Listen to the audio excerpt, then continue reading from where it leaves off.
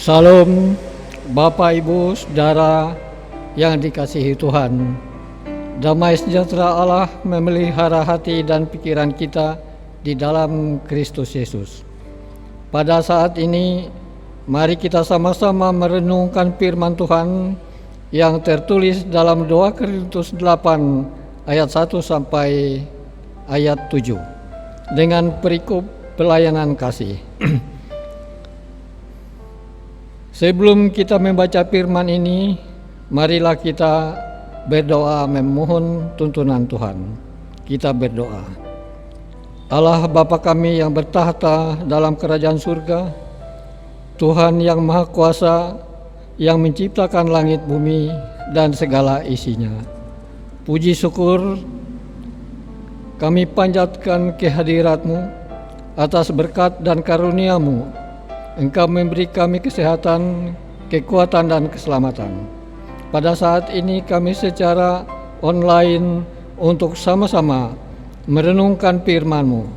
Kiranya Engkau memberi kemampuan kepada hamba-Mu yang penuh dengan keterbatasan ini, untuk memberikan yang penuh dengan keterbatasan ini, untuk dapat menyampaikan firman-Mu ini, dan memberikan kemampuan pula kepada siapa yang mendengar untuk dapat mengerti dan melaksanakan dalam hidupnya.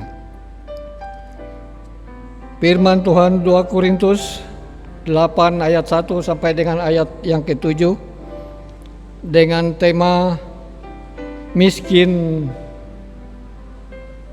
tetapi kaya dalam pelayanan kasih.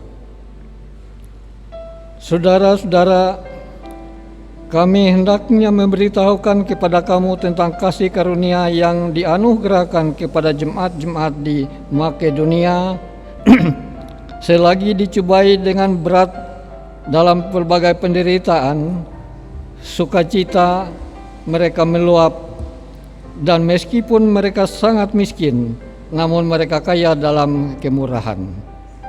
Aku bersaksi bahwa mereka telah memberikan menurut kemampuan mereka, bahkan melampaui kemampuan mereka. Dengan kerelaan sendiri mereka meminta dan mendesak kepada kami supaya mereka juga beroleh kasih karunia untuk mengambil bagian dalam pelayanan kepada orang-orang kudus. Mereka memberikan lebih banyak daripada yang kami harapkan. Mereka memberikan diri mereka pertama-tama kepada Allah, kemudian oleh karena kehendak Allah juga kepada kami. Sebab itu kami mendesak kepada Titus supaya ia mengunjungi kamu dan menyelesaikan pelayanan kasih itu sebagaimana ia telah memulainya. Maka sekarang sama seperti kamu kaya dalam segala sesuatu, dalam iman, dalam perbuatan, dalam pengetahuan, dalam kesungguhan, untuk membantu dalam kasih-Mu terhadap kami, demikianlah juga hendaknya kamu kaya dalam pelayanan kasih ini. Demikian firman Tuhan. Bapak, Ibu yang dikasihi Tuhan, sedikit saya menyimpang. Saya pernah mendengar bahwa ada seorang tua yang pekerjaannya sering memungut sampah. Kemudian sampah itu dipilah-pilah untuk mengambil yang bisa dipergunakan dan kemudian dijual. Dari hasil penjualan sampah itu dia berikan kepada orang yang perlu pertolongan.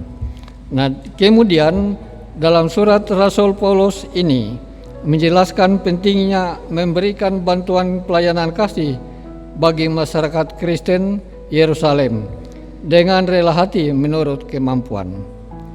Paulus melukiskan teladan dan memuji hati jemaat di Makedonia, yaitu jemaat Filipi, Tesalonika, dan Berea.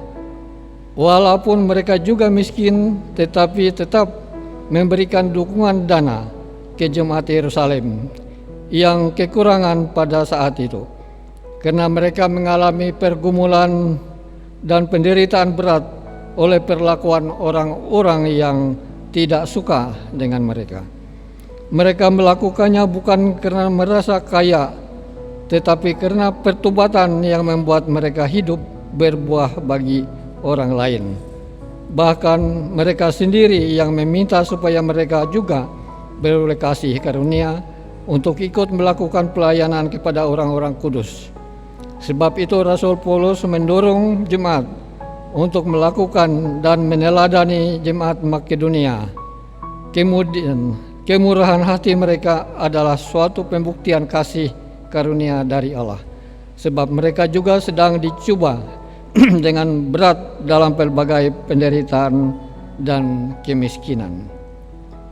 Bapak Ibu yang kekasih dalam Tuhan Yesus Kristus, setiap orang yang dapat melakukan seperti yang dilakukan oleh pemungut sampah di atas dan yang dilakukan oleh jemaat Makedonia tersebut, walaupun hidup dalam kekurangan dan dalam situasi sulit pun, mereka masih bisa menunjukkan kemurahan hati. Demikian juga yang pernah kita bacakan di dalam Samuel 20 ayat 1 sampai dengan 25, bahwa Yonatan anak Raja Saul selalu membantu Daud yang dalam kesukaran hidupnya, dalam penderitaan dan dalam ancaman. Tetapi Yonatan menganggap dia adalah sebagai darah dagingnya sendiri. Nah, untuk itu marilah kita tunjukkan kasih dan kemurahan hati kita kepada semua orang, baik di lingkungan gereja maupun di masyarakat. Terlebih pada saat ini kita tahu bahwa kita sedang mengalami situasi dan kondisi sulit, yaitu dengan adanya pandemi COVID-19 yang mungkin banyak orang kekurangan, baik banyak orang yang mengalami lemah ekonomi dan memerlukan pertolongan. Karena itu sebagai jemaat Tuhan, mari dalam situasi yang sulit seperti ini, kita tunjukkan kemurahan hati kita dengan melakukan bagian yang terbaik dalam hidup kita sesama manusia.